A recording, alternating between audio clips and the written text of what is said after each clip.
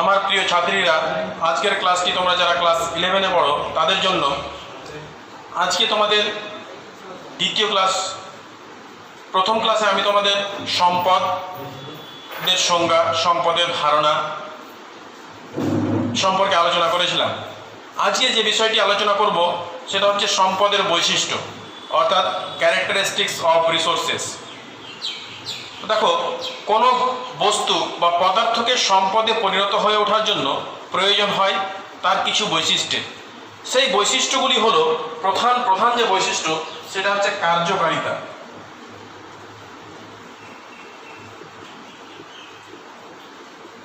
ইংরেজিতে যেটাকে বলা হয় ফাংশনেবিলিটি। এবার দেখো, কোনো বস্তু বা পদার্থকে আমরা তখনই সম্পদ হিসেবে বিবেচনা করব যখন তার কাজ করার ক্ষমতা থাকবে, অর্থাৎ কার্যকারিতা থাকবে। তো কার্যকারিতা হলো সম্পদের প্রধান গুণ।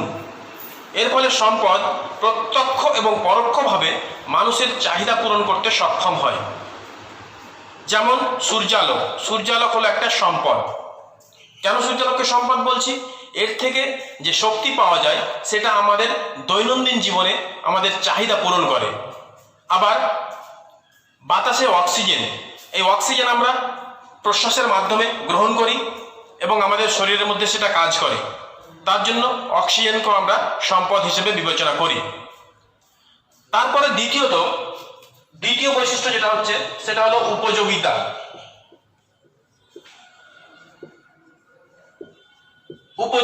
এবার উপযোগিতাটা কি? এই উপযোগিতা হচ্ছে সম্পদের একটা দ্বিতীয় গুরুত্বপূর্ণ বৈশিষ্ট্য। এই উপযোগিতা কি করে? মানুষের প্রয়োজন মেটায়, মানুষকে পরিতৃপ্তি দান করে। কিভাবে? উদাহরণস্বরূপ আমরা বলতে পারি, ধরে নাও যে এক গ্লাস ঠান্ডা জল একটা তৃষ্ণার্ত ব্যক্তির প্রয়োজন মেটায়, তাকে যে পরিতৃপ্তি দান করে সেটাকেই বলা হয় সেই বস্তুর উপযোগিতা। অর্থাৎ ঠান্ডা এক গ্লাস জলের উপযোগিতা হচ্ছে কোনো ব্যক্তিকে পরিতৃপ্তি দান করা, তার প্রয়োজন মেটানো। এটা হচ্ছে উপযোগিতা। তারপরে কি রয়েছে? তারপর তৃতীয় নম্বর, বস্তুগত এবং অবস্তুগত চরিত্র। বস্তুগত এবং অবস্তুগত চরিত্র। সম্পদ প্রকৃতি, মানুষ এবং মানুষ সৃষ্ট সংস্কৃতি থেকে পাওয়া যায়। তাহলে কি বললাম যে সম্পদ কোথা থেকে পাওয়া? প্রকৃতি থেকে পাওয়া যায়। মানুষ এবং মনুষ্য সৃষ্ট সংস্কৃতি থেকে সম্পদ পাওয়া যায়। যে সমস্ত সম্পদ প্রকৃতি থেকে পাওয়া যায় তাদেরকে বলা হয় বস্তুগত সম্পদ। যেমন তাহলে কি যে সমস্ত সম্পদ প্রকৃতি থেকে পাওয়া যায় সেগুলো হচ্ছে বস্তুগত সম্পদ, যেমন গঙ্গা নদীর জল। তারপরে কি রয়েছে? দাক্ষিণাত্যের কৃষ্ণ মৃত্তিকা। তারপরে রানীগঞ্জের কয়লা খনি। এগুলো হচ্ছে প্রাকৃতিক সম্পদ, এগুলো হচ্ছে তোমার বস্তুগত সম্পদ। আর যে সমস্ত সম্পদগুলো মানুষ এবং শিক্ষার ভিত্তিতে গুণগত সম্পদের সৃষ্টি হয়, তাহলে কি যে সমস্ত সম্পদ মানুষ এবং শিক্ষার উপর ভিত্তি করে গুণগত যে সম্পদ তৈরি হয় সেটাকে বলা হয় অবস্তুগত সম্পদ। যেমন কি মানুষের শিক্ষা, তারপরে সচেতনতা, মানুষের কর্মদক্ষতা, এগুলো হচ্ছে তোমার অবস্তুগত সম্পদ। তাহলে এটা একটা ক্যারেক্টার হয়ে গেল। তারপরে রয়েছে সর্বজনীন চাহিদা।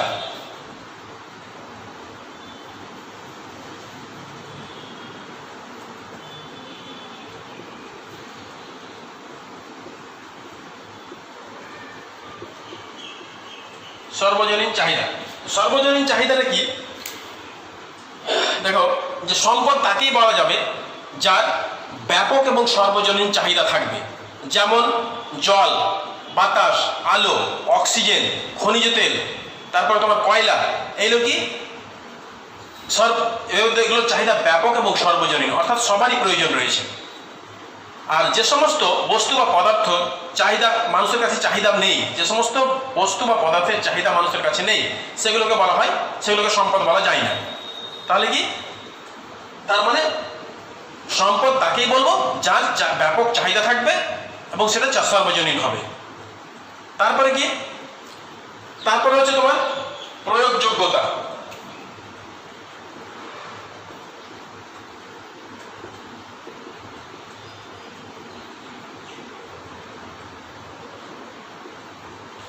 দেখো, প্রয়োগযোগ্যতা অর্থাৎ যে সমস্ত বস্তু বা পদার্থ যত বেশি মানুষের চাহিদা পূরণ করতে সক্ষম হয়, সেই সমস্ত সম্পদগুলো, তাহলে যে সমস্ত সম্পদ যে সমস্ত বস্তু বা পদার্থ যত বেশি সংখ্যক মানুষের চাহিদা পূরণ করতে সক্ষম, সেই সমস্ত বস্তু বা পদার্থ তত বেশি গুরুত্বপূর্ণ সম্পদ। যেমন ধরে নাও যে আকরিক লোহার থেকে ইস্পাতের প্রয়োগযোগ্যতা বেশি, সুতরাং আকরিক লোহা অপেক্ষা ইস্পাতের প্রয়োগযোগ্যতা বেশি। তার মানে আকরিক লোহা অপেক্ষা ইস্পাতটা বেশি গুরুত্বপূর্ণ সম্পদ। বোঝা গেল? তাহলে প্রয়োগযোগ্যতা তার মানে কি, যে বস্তু বা পদার্থ যত বেশি সংখ্যক মানুষের চাহিদা পূরণ করতে সক্ষম, তার সেই সম্পদের গুরুত্ব তত বেশি হয়, অর্থাৎ সেটা তত গুরুত্বপূর্ণ সম্পদ হয়। তারপরে দেখো 6 নম্বর গ্রহণযোগ্যতা। গ্রহণযোগ্যতা কিন্তু সম্পদের একটা গুরুত্বপূর্ণ বৈশিষ্ট্য। সম্পদের যে গ্রহণযোগ্যতা, এটা হচ্ছে সম্পদের একটা বিশেষ বৈশিষ্ট্য। তবে সমস্ত সম্পদের গ্রহণযোগ্যতা কিন্তু একরকম নয়। যে সম্পদ যত বেশি ব্যবহারযোগ্য, যত বেশি তোমার ক্রয়যোগ্য, সেই বেশি সম্পদ তত বেশি গুরুত্বপূর্ণ।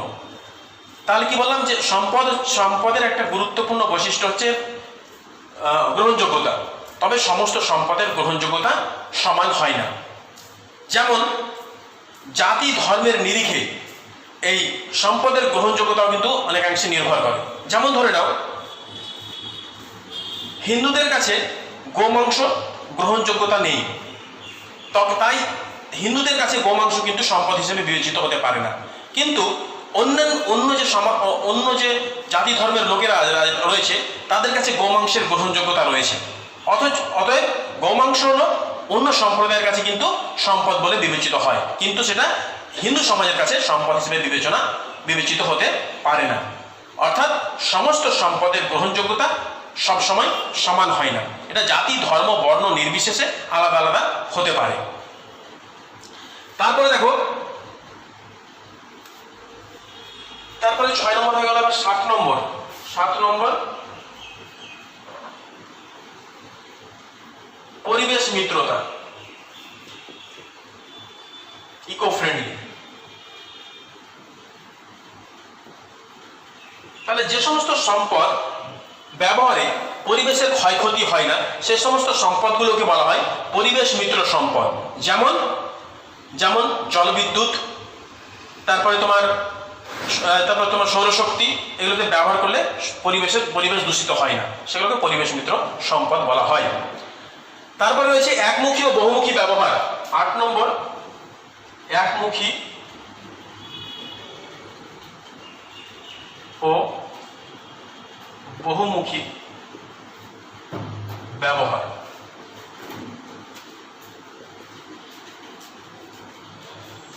দেখো, সম্পদের কার্যকারিতা এবং উপযোগিতা একমুখী হতে পারে, আবার বহুমুখী হতে পারে। একমুখী ও বহুমুখী বলতে কিরকম, যেমন ধরো কয়লা এবং খনিজ তেল জ্বালানি হিসেবে ব্যবহৃত হয়, আবার এগুলো থেকে উৎপাদিত যে উপজাত দ্রব্য তৈরি হয়, যেগুলো বিভিন্ন কাজে ব্যবহৃত হয়।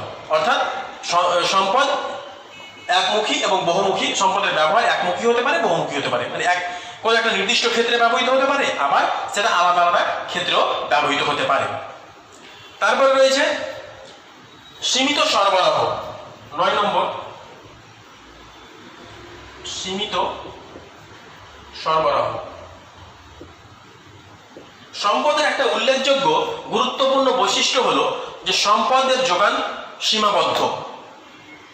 কিছু কিছু ক্ষেত্রে সম্পদ অফুরন্ত হলেও সম্পদ আমরা যখন দীর্ঘমেয়াদী হিসেবে বিচার করা হয় তখন প্রাকৃতিক সম্পদগুলো কি হয়, সম্পদগুলো কিন্তু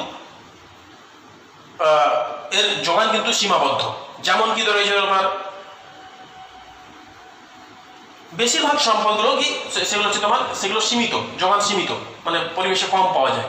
যেমন ধরে নাও কয়লা, খনিজ তেল, তারপরে তোমার লোহা, এগুলো কি হবে, এগুলো সীমিত রয়েছে, এগুলো একদিন নিঃশেষিত হয়ে যাওয়ার সম্ভাবনা রয়েছে।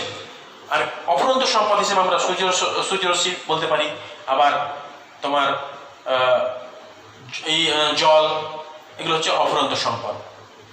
তারপরে রয়েছে কি ক্ষয়শীলতা, 10 নম্বর ক্ষয়শীলতা।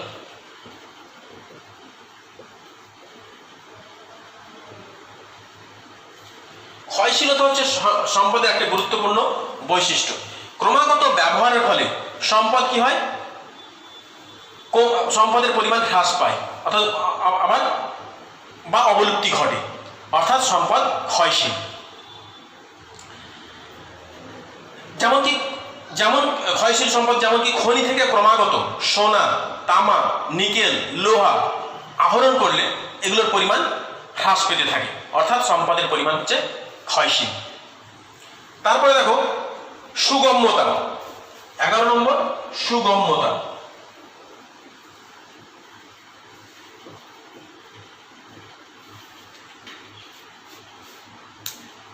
কোন বস্তু বা পদার্থকে সম্পদে পরিণত হলে কি বৈশিষ্ট্য থাকতে হবে, সেই বস্তু বা পদার্থকে আহরণ করার জন্য বা সেখানে পৌঁছানোর, যেখানে পাওয়া যায় সেই বস্তু বা পদার্থ, সেখানে অনায়াসে পৌঁছানোর ব্যবস্থা থাকতে হবে, অর্থাৎ উন্নত পরিবহন ব্যবস্থা থাকা একান্ত জরুরি। যেমন রানীগঞ্জের কয়লা ক্ষেত্রটি সড়ক এবং রেলপথের মাধ্যমে অন্যান্য দেশের অন্যান্য শহরের সঙ্গে সংযুক্ত। আবার আফ্রিকার কিম্বারলির যে হীরা যে খনি রয়েছে, সেখান থেকে হীরা আহরণ করা সম্ভব নয়। যতক্ষণ না আহরণ করা সম্ভব হচ্ছে, সেখানে পৌঁছানো সম্ভব হচ্ছে, ততক্ষণ সেটাকে আমরা সম্পদ বলতে পারবো না। ঠিক তেমনই পৃথিবীর যে কেন্দ্রমণ্ডল রয়েছে, সেই কেন্দ্রমণ্ডলে নিকেল আর লোহা পাওয়া যায়, সেগুলো কিন্তু আহরণযোগ্য নয়, অতএব এটাও সম্পদ নয়। তারপরে রয়েছে জীবমণ্ডল সংরক্ষণ, 12 নম্বর জীবমণ্ডল সংরক্ষণ। এর আগে ক্লাসে আমি বলেছিলাম যে 1992 সালে ব্রাজিলের রিও ডি জেনেরিও শহরে বসুন্ধরা সম্মেলনে সামিটে সম্পদের সংজ্ঞায় বলা হয়েছিল, সম্পদের সংজ্ঞা দিতে গিয়ে জীবমণ্ডলের সঙ্গে সম্পদের একটা গভীর সম্পর্কের উপর গুরুত্ব আরোপ করা হয়েছিল। মানুষের শিক্ষা, চিন্তা, কর্মকুশলতা, আইন এবং পরিবেশ আইন এবং সচেতনতা, এগুলো সেই সমস্ত সম্পদ যার দ্বারা জীবমণ্ডলের ভারসাম্য, জীবমণ্ডলকে ধ্বংসের হাত থেকে বাঁচানো সম্ভব হয়। তাহলে এগুলো হচ্ছে প্রধান প্রধান সম্পদের বৈশিষ্ট্য। আশা করি তোমরা বুঝতে পেরেছ।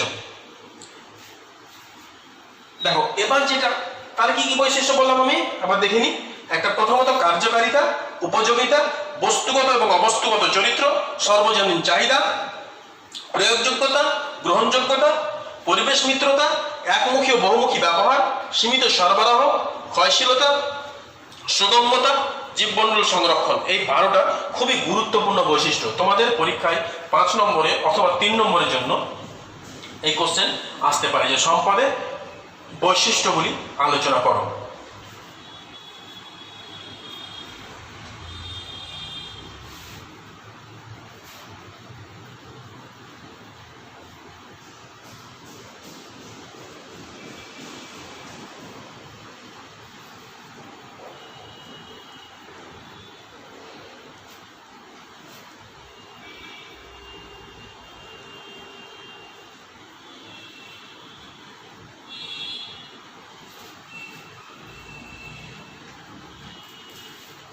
এবার দেখো সম্পদের শ্রেণীবিভাগ।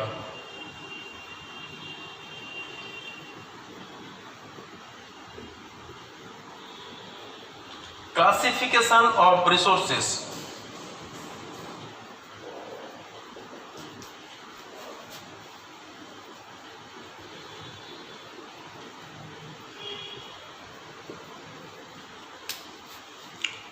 তো দেখো, সম্পদের প্রকৃতি এবং বৈশিষ্ট্য এবং উদ্ভব এক প্রকৃতির হয় না। তাই সমাজবিজ্ঞানীরা বিভিন্ন দৃষ্টিকোণ থেকে সম্পদকে বিভিন্ন ভাগে বিভক্ত করেছেন। সম্পদ সম্পর্কে সম্যক ধারণা করা এবং সম্পদের সুষ্ঠু ব্যবহারের জন্য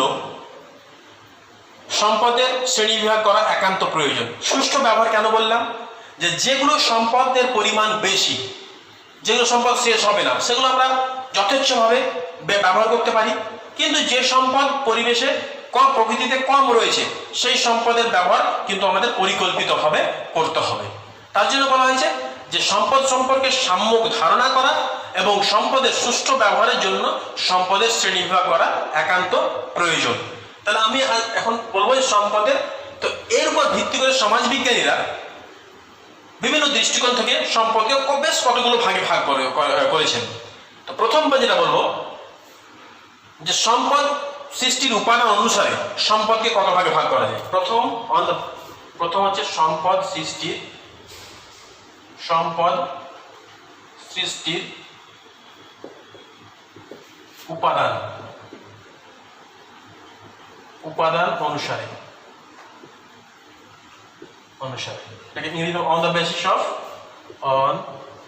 basis of resource creating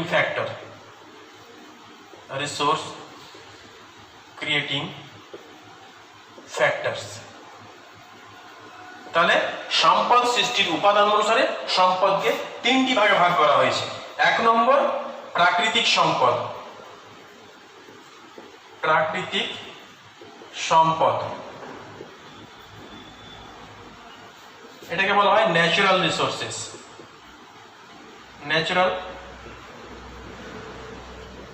resources.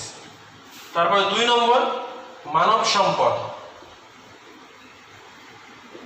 সম্পদ, এটাকে বলা হয় হিউম্যান রিসোর্সেস।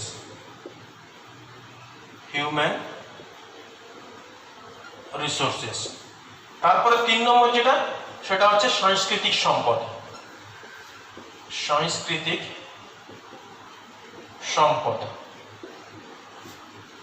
এটাকে বলা হয় কালচারাল রিসোর্সেস।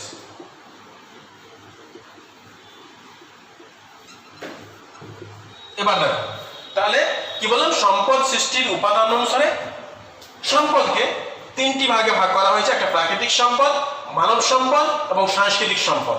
প্রাকৃতিক সম্পদ কাকে বলা হয়? যে সমস্ত সম্পদ প্রকৃতি থেকে সৃষ্ট এবং প্রকৃতির মধ্যে পাওয়া যায় তাকে বলা হয় প্রাকৃতিক সম্পদ।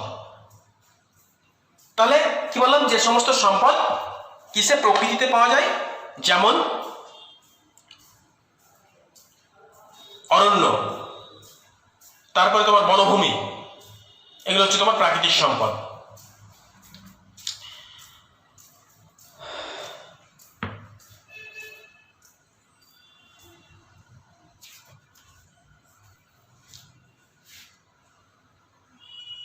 তাহলে কি বললাম যে হ্যাঁ, যে সমস্ত সম্পদ প্রকৃতি থেকে পাওয়া যায় তাদেরকে বলা হয় প্রাকৃতিক সম্পদ। যেমন, তাহলে কি বলবো এখানে, অরণ্য, বনভূমি, সূর্যরশ্মি, জল। তাহলে অরণ্য, বনভূমি, সূর্যরশ্মি, জল, এগুলো কি প্রকৃতি থেকে পাওয়া যায়, তাই এদেরকে বলা হয় কি প্রাকৃতিক সম্পদ। এবার মানব সম্পদ, ইংরেজিতে বলা হয় হিউম্যান রিসোর্স। এবার দেখো যে মানব সম্পদ কাকে বলা হয়? মানুষের উপর ভিত্তি করে যে সম্পদ গড়ে ওঠে তাকে বলা হয় মানব সম্পদ। সুস্বাস্থ্য, তারপরে শিক্ষা, এই ব্যাপার, তারপর পুষ্টি।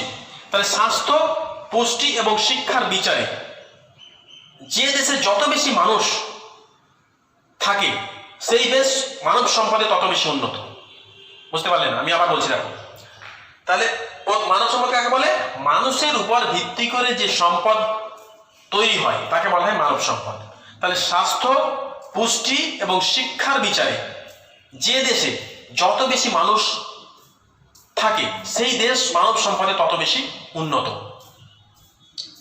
তাহলে মানে শিক্ষার দিক থেকে যতটা অগ্রগতি, মানে যত বেশি মানুষ শিক্ষিত হবে, যত বেশি মানুষের স্বাস্থ্য ভালো হবে, যত বেশি মানুষের পুষ্টি ভালো, তত মানব সম্পদ উন্নত। তাহলে এই যে সুস্বাস্থ্য, পুষ্টিকর খাবার এই মানব সম্পদকে ত্বরান্বিত করে। তাহলে দেখো, স্বাস্থ্য ভালো হলে, পুষ্টিকর খাদ্য খেলে মানুষের শ্রম ক্ষমতা এবং কর্মদক্ষতা বৃদ্ধি পায়, মানুষের উদ্ভাবনী শক্তির বিকাশ ঘটে। ভারতের জনসংখ্যা 130 কোটির বেশি হলেও মানব সম্পদের দিক থেকে ভারত কিন্তু অনেক পিছিয়ে রয়েছে। তাহলে এই মানব সম্পদের উদাহরণগুলি হলো কি? মানুষের উদ্ভাবনী শক্তি, মানুষের কর্মদক্ষতা। তাহলে মানুষের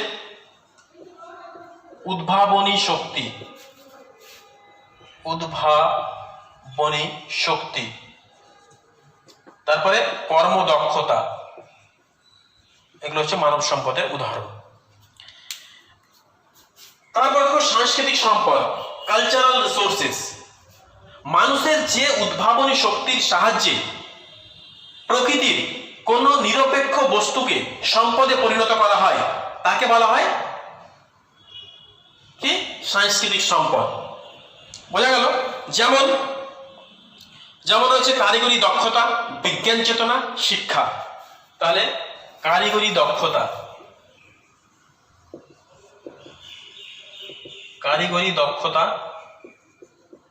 বিজ্ঞান চেতনা,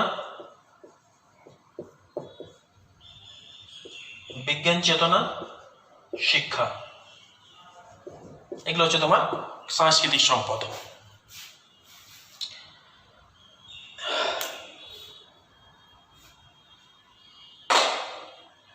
তাহলে বোঝা গেল সাংস্কৃতিক সম্পদ। তাহলে যে উদ্ভাবনী শক্তির সাহায্যে কোনো নিরপেক্ষ বস্তুকে সম্পদে পরিণত করা হয় তাকে বলা হয় সাংস্কৃতিক সম্পদ। কারিগরি দক্ষতা, বিজ্ঞান চেতনা, শিক্ষা, এগুলো হচ্ছে সাংস্কৃতিক সম্পদের উদাহরণ।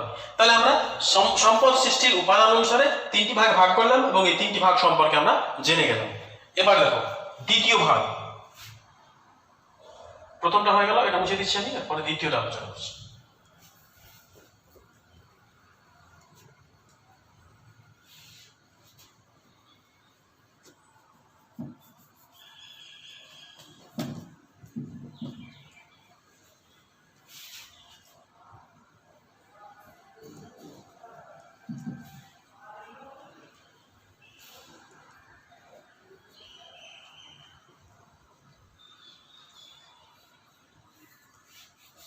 জৈবিক বৈশিষ্ট্য অনুসারে 2 নম্বর, সম্পদের জৈবিক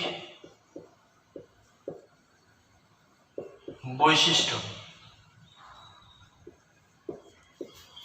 অনুসারে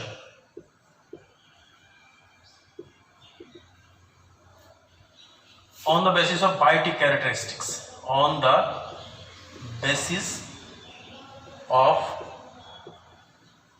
biotic characteristics।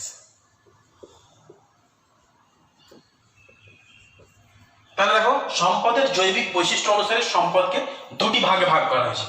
1 নম্বর কি? জৈব সম্পদ, এটাকে বলা হয় biotic or organic resources, biotic or organic resources. তারপর 2 নম্বর কি? 2 নম্বরটা হচ্ছে তোমার অজৈব সম্পদ,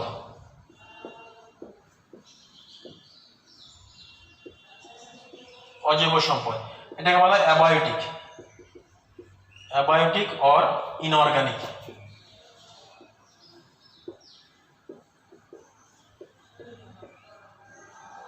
রিসোর্সেস।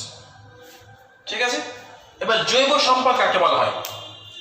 উদ্ভিদ এবং প্রাণী জগৎ থেকে যে সম্পদের সৃষ্টি হয় তাকে বলা হয় জৈব সম্পদ। যেমন উদ্ভিদ থেকে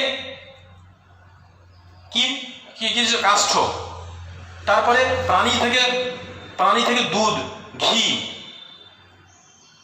তারপর উদ্ভিদ থেকে আরেকটা কি মশলা তৈরি হয় বিভিন্ন ধরনের। তো এগুলো হচ্ছে তোমার জৈব সম্পদ। আবার দেখো যে চুনাপাথর, কয়লা এবং খনিজ তেল, এগুলো কি হয়েছে সুদূর অতীতে, এগুলো কোনো উদ্ভিজ্জ এবং প্রাণীজ জিনিস থেকে এই কয়লা, চুনাপাথর এবং প্রাণীজ পদার্থ থেকে এই কয়লা, চুনাপাথর এবং খনিজ তেল উৎপাদিত হয়েছে। যেমন কি বহু বছর আগে, কোটি কোটি বছর আগে যখন কি হয়েছে ভূ আন্দোলনের ফলে এই গাছপালা, জীবজন্তু মাটির নিচে চাপা পড়ে যায় এবং চাপা পড়ে থাকার ফলে তার থেকে কি কয়লা তৈরি হয় এবং পেট্রোলিয়াম তৈরি হয়। তাহলে এটা হচ্ছে তোমার মৃত জৈব সম্পদ। বোঝা গেল? এবার দেখো অজৈব সম্পদ, অ্যাবায়োটিক আর ইনঅর্গানিক রিসোর্সেস। তাহলে যে সমস্ত সম্পদ কি হয় প্রাণহীন জড়বস্তু থেকে সৃষ্ট, তাদেরকে বলা হয় অজৈব সম্পদ। তাহলে যে সম্পদ প্রাণহীন জড়বস্তু থেকে সৃষ্ট, যেমন কি ধাতব খনিজ, তারপরে জল, শিলা ইত্যাদি। তাহলে এটা হচ্ছে তোমার ধাতব খনিজ,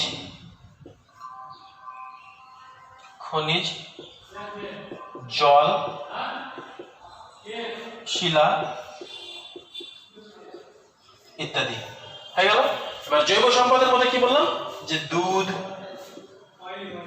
ঘি, কাঠ, মশলা, আর জৈব মৃত সম্পদ যেগুলো মৃত জৈব সম্পদ সেগুলো হচ্ছে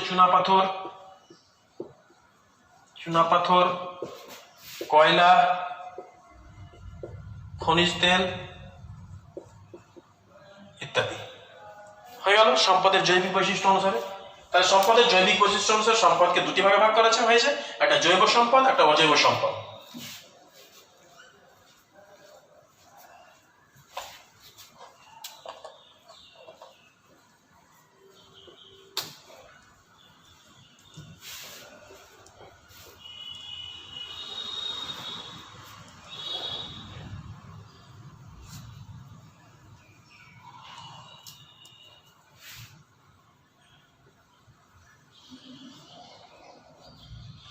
এবার দেখো 3 নম্বর, সম্পদের স্থায়িত্ব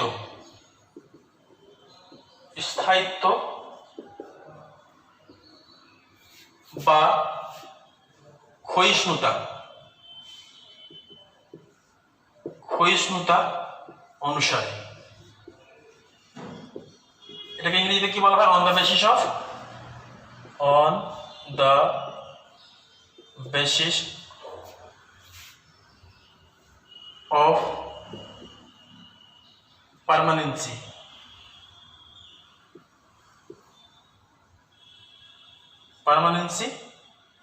or exhaustibility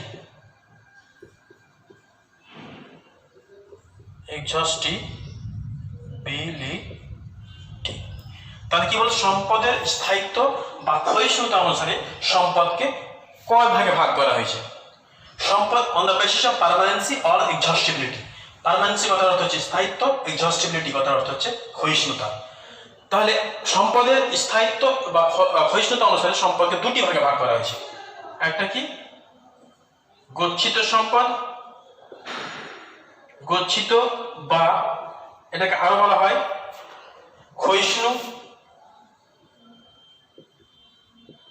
ক্ষয়িষ্ণু, আবার বলা হয় অপুনর্ভব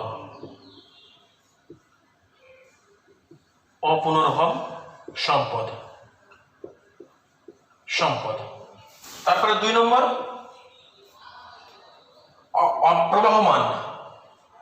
প্রবহমান অক্ষয়িষ্ণু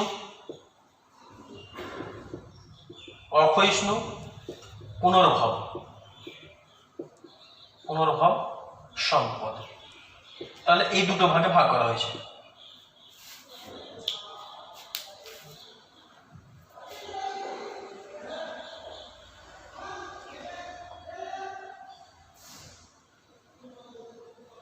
তাহলে দেখো, গচ্ছিত, ক্ষয়িষ্ণু এবং অপুনর্ভব সম্পদ কাকে বলা হয়? যে সমস্ত সম্পদের পরিমাণ সীমিত এবং অতিরিক্ত ব্যবহারের ফলে নিঃশেষিত হয়ে যাওয়ার সম্ভাবনা আছে তাকে বলা হয় গচ্ছিত সম্পদ। আবার বলছি আমি, যে সমস্ত সম্পদের পরিমাণ প্রকৃতিতে সীমিত এবং ক্রমাগত ব্যবহারের ফলে যেটা নিঃশেষিত হয়ে যায় তাদেরকে বলা হয়, নিঃশেষ হয়ে যাওয়ার সম্ভাবনা আছে তাদেরকে বলা হয় গচ্ছিত সম্পদ। ক্রমাগত ব্যবহার করার ফলে ক্ষয় হয় বলে একে ক্ষয়িষ্ণু সম্পদ বলা হয়। আবার এই সম্পদ প্রকৃতিতে সমপরিমাণে তৈরি করে পুনরায় ফিরিয়ে নিয়ে আসা সম্ভব নয়, তার জন্য একে অপুনর্ভব সম্পদ বলা হয়। বোঝা গেল? তবে দেখো, এই অপুনর্ভব সম্পদ বলা হয়, এই কিছু সম্পদ আছে, এই গচ্ছিত সম্পদের এমন কিছু গচ্ছিত সম্পদ রয়েছে যেগুলোকে পুনরায় ব্যবহার করা হয়, রিইউজ যেটাকে বলা হয়, পুনরায় ব্যবহার করা যায়। যেমন লোহা, অ্যালুমিনিয়াম, তামা ইত্যাদি, এগুলিকে গলিয়ে পুনরায় ব্যবহার করা যায়। তখন কি হয়, সম্পদের ক্ষয়িষ্ণুতা, ক্ষয় হওয়াটা কিছু সময়ের জন্য বন্ধ থাকে। যতক্ষণ পুনরায় ব্যবহার করা যাবে ততদিন সেটা মানে ক্ষয় হওয়ার প্রবণতাটা কম হবে, অর্থাৎ বন্ধ থাকবে। তাহলে দেখো,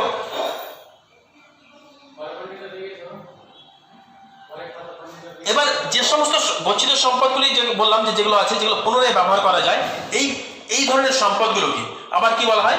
আবর্তনীয় গচ্ছিত সম্পদ। আবর্তনীয় গচ্ছিত সম্পদ বলা হয়। দেখো, দুটো পিকচারে দুটো আমি চিত্র অঙ্কন করবো, তার মাধ্যমে দেখাচ্ছি।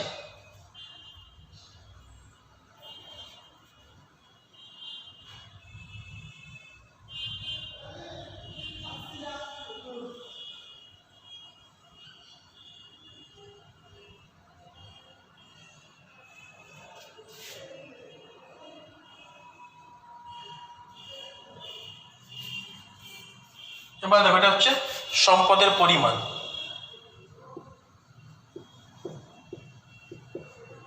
সম্পদের পরিমাণ, এটা সম্পদের পরিমাণ, আর এটা হচ্ছে সময়। এটাও ঠিক একই, এটা হচ্ছে সম্পদের পরিমাণ, এটা হচ্ছে সময়। এটা হলো তোমার ক্ষয়িষ্ণু সম্পদ, আর এটা হচ্ছে তোমার আবর্তিত গচ্ছিত সম্পদ। এটা হচ্ছে ক্ষয়িষ্ণু,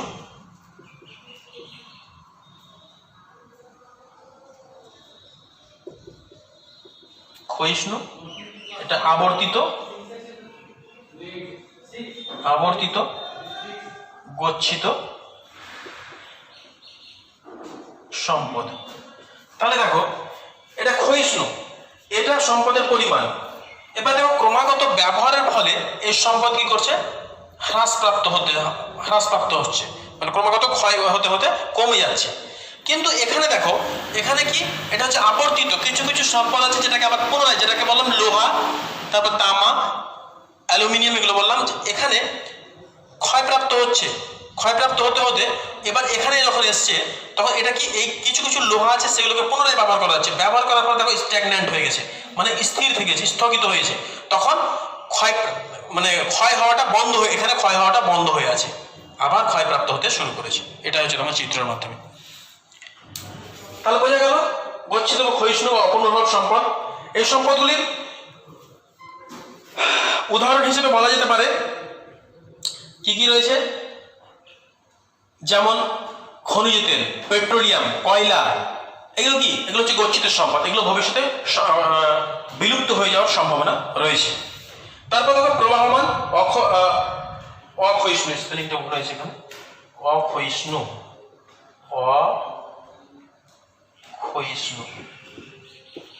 ঠিক আছে। তাহলে দেখো, অক্ষয়িষ্ণু বা প্রবাহমান, যে সমস্ত সম্পদ বারবার ব্যবহার করলেও নিঃশেষিত হয়ে যায় না তাকে বলা হয় প্রবাহমান সম্পদ। আর এই সম্পদ অতিরিক্ত ব্যবহারের ফলে হ্রাস পায় না বলে একে অক্ষয়িষ্ণু সম্পদ বলা হয়। ঠিক আছে। এবার দেখো, প্রবাহমান সম্পদ, কতগুলি প্রবাহমান সম্পদ আছে যেগুলি ব্যবহারের ফলে এর কোনো সময় এর পরিমাণ কমে যায়, কিন্তু একটা নির্দিষ্ট সময়ের অন্তরে, নির্দিষ্ট সময়ের ব্যবধানে প্রকৃতিতে আবার পুনরায় ফিরে আসে। তাই এদেরকে পুনর্ভব সম্পদ বলা হয়। যেমন বনভূমি, তৃণভূমি, তারপরে তোমার সমুদ্রের মাছ ইত্যাদি। তাহলে কি বললাম যে কিছু কিছু সম্পদ, কিছু কিছু প্রবাহমান সম্পদ রয়েছে যেগুলো সাময়িকভাবে পরিমাণ হ্রাস পেলেও নিয়মিত সময়ের ব্যবধানে সেটা আবার প্রকৃতিতে ফিরে আসে। যেমন বনভূমি, তৃণভূমি, তারপরে তোমার সমুদ্রের মাছ ইত্যাদি। তারপরে দেখো এই প্রবাহমান বা গচ্ছিত সম্পদ কিছু কোনো সময় বিচার বিবেচনা না করে যথেচ্ছভাবে, অপরিকল্পিতভাবে প্রবাহমান সম্পদকে ব্যবহার করলে সেটা কি হবে, তার পরিমাণটা কমে যাবে। অথবা কোনো সময় এমনও হতে পারে যে সেটা বিলুপ্ত প্রায় হয়ে গেছে, এটাও এই ধরনের হতে পারে। তো তখন জিমারম্যান এই ধরনের সম্পদকে বলেছেন কি, জিমারম্যান এই ধরনের সম্পদকে বলেছেন সেটা অবরুদ্ধ প্রবাহমান সম্পদ।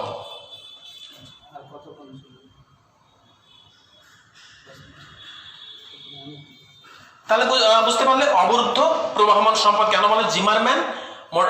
জিমারম্যান বলেছিলেন যে কোনো সম্পদ অতিরিক্ত ব্যবহারের ফলে বিলুপ্ত প্রায় হয়ে যাচ্ছে, হয়ে যাবে যথেচ্ছভাবে অপরিকল্পিত ব্যবহার, এটাকে অবরুদ্ধ প্রবাহমান সম্পদ বলা হয়। যেমন ধরো কি মৃত্তিকা ক্ষয় ফলে কৃষি জমির কি হচ্ছে, কৃষি জমির উৎপাদন ক্ষমতা নষ্ট হয়ে যাওয়া, তারপরে তোমার বনভূমি ধ্বংসপ্রাপ্ত হওয়া, এগুলো হচ্ছে তোমার অবরুদ্ধ প্রবাহমান সম্পদের উদাহরণ।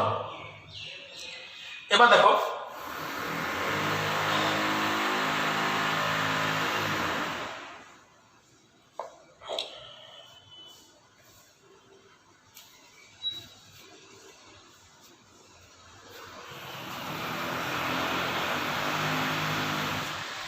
এই অভাব সম্পদ বা প্রবাহমান সম্পদ এবং পুনর্ভব সম্পদের একটা আমি চিত্রের মাধ্যমে তোমাদের একটু বোঝানোর চেষ্টা করব।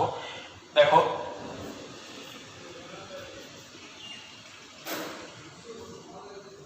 এটা কি সম্পদের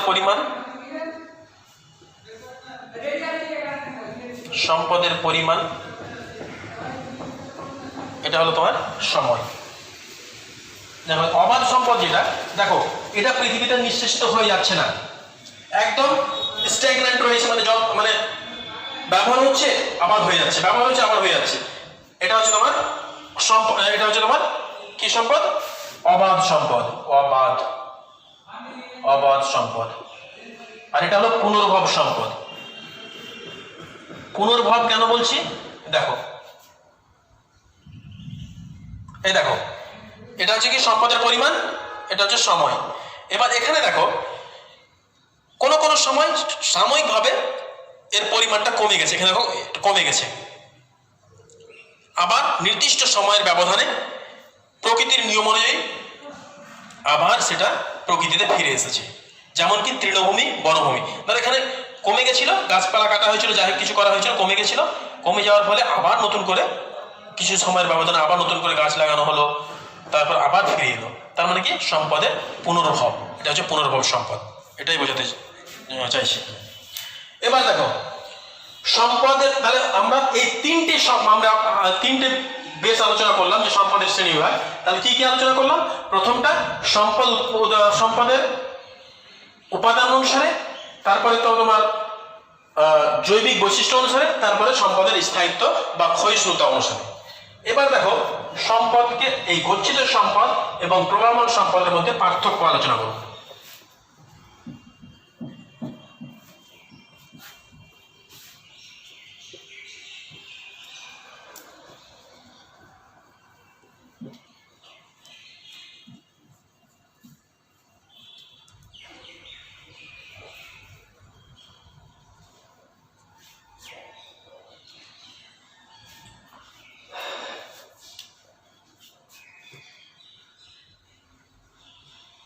গচ্ছিত সম্পদ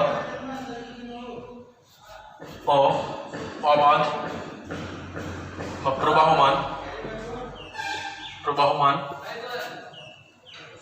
সম্পদের মধ্যে পার্থক্য। দেখো এদিকে নিলাম আমি গচ্ছিত সম্পদ, গচ্ছিত সম্পদ, আর এদিকটা হলো প্রবাহমান,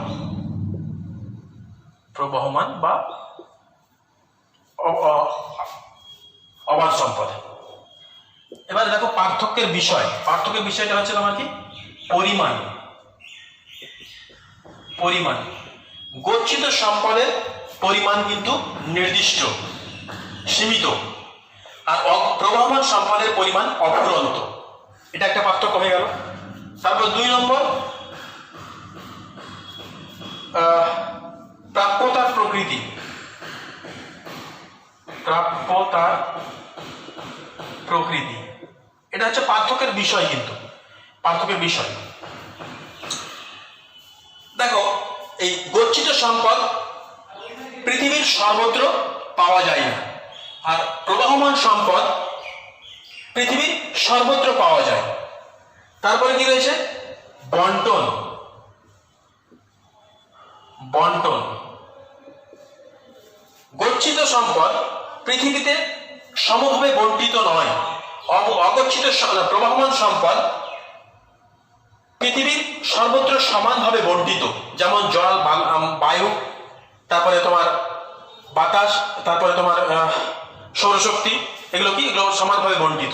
কিন্তু যেগুলো গচ্ছিত সম্পদ যেমন কয়লা, খনিজ তেল, পেট্রোলিয়াম, আকরিক লোহা, এগুলো কি পৃথিবীর সর্বত্র পাওয়া যায় না, সমানভাবে বন্টিত নয়। আর এই গচ্ছিত সম্পদ হলো স্থানীয় সম্পদ, আর প্রবাহমান সম্পদ হলো সর্বত্র লভ্য সম্পদ। তারপর কি রয়েছে পার্থক্য বিষয়? তারপরে রয়েছে ক্ষয়িষ্ণুতা। 4 নম্বর, ক্ষয়িষ্ণুতা।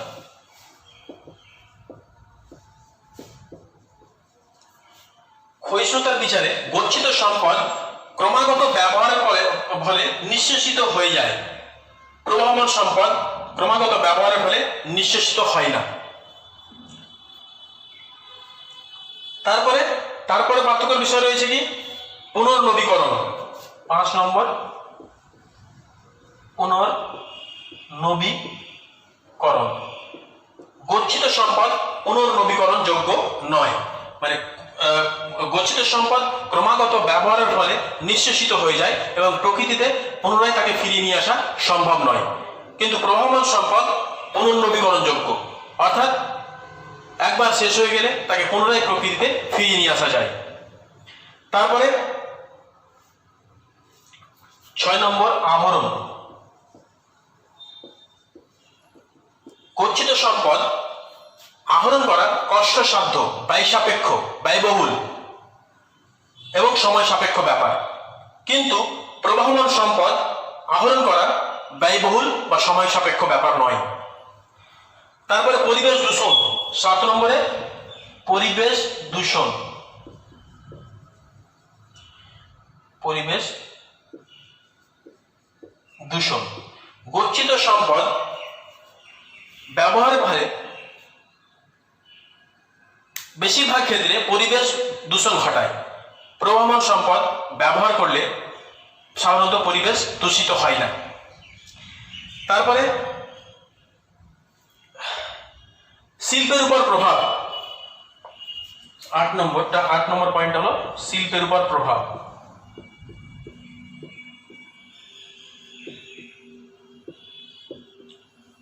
গচ্ছিত সম্পদ সাধারণত শিল্পের কাঁচামাল হিসেবে এর ব্যাপকতা খুব বেশি, অর্থাৎ শিল্পক্ষেত্রে গচ্ছিত সম্পদগুলো কাঁচামাল হিসেবে ব্যাপকভাবে ব্যবহৃত হয়।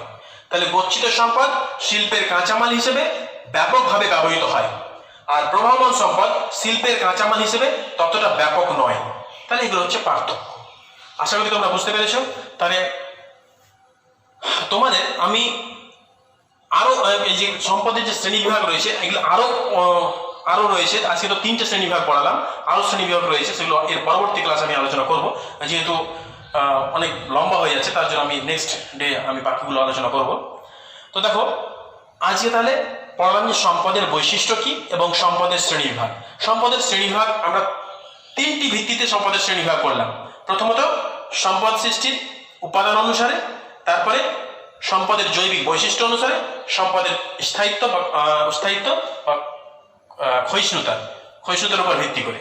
এই তিনটে ভাগ আমরা আলোচনা করলাম, আশা করি তোমরা বুঝতে পেরেছ। যদি তোমাদের কোনো প্রকার কোনো রকম সমস্যা থেকে থাকে তাহলে তোমরা অবশ্যই আমাকে জিজ্ঞেস করবে, আমি সেগুলো সমাধান করে দেবো। আজকের ক্লাসটি এই পর্যন্তই। তোমরা বাড়িতে ভালোভাবে পড়াশোনা করো। Thank you.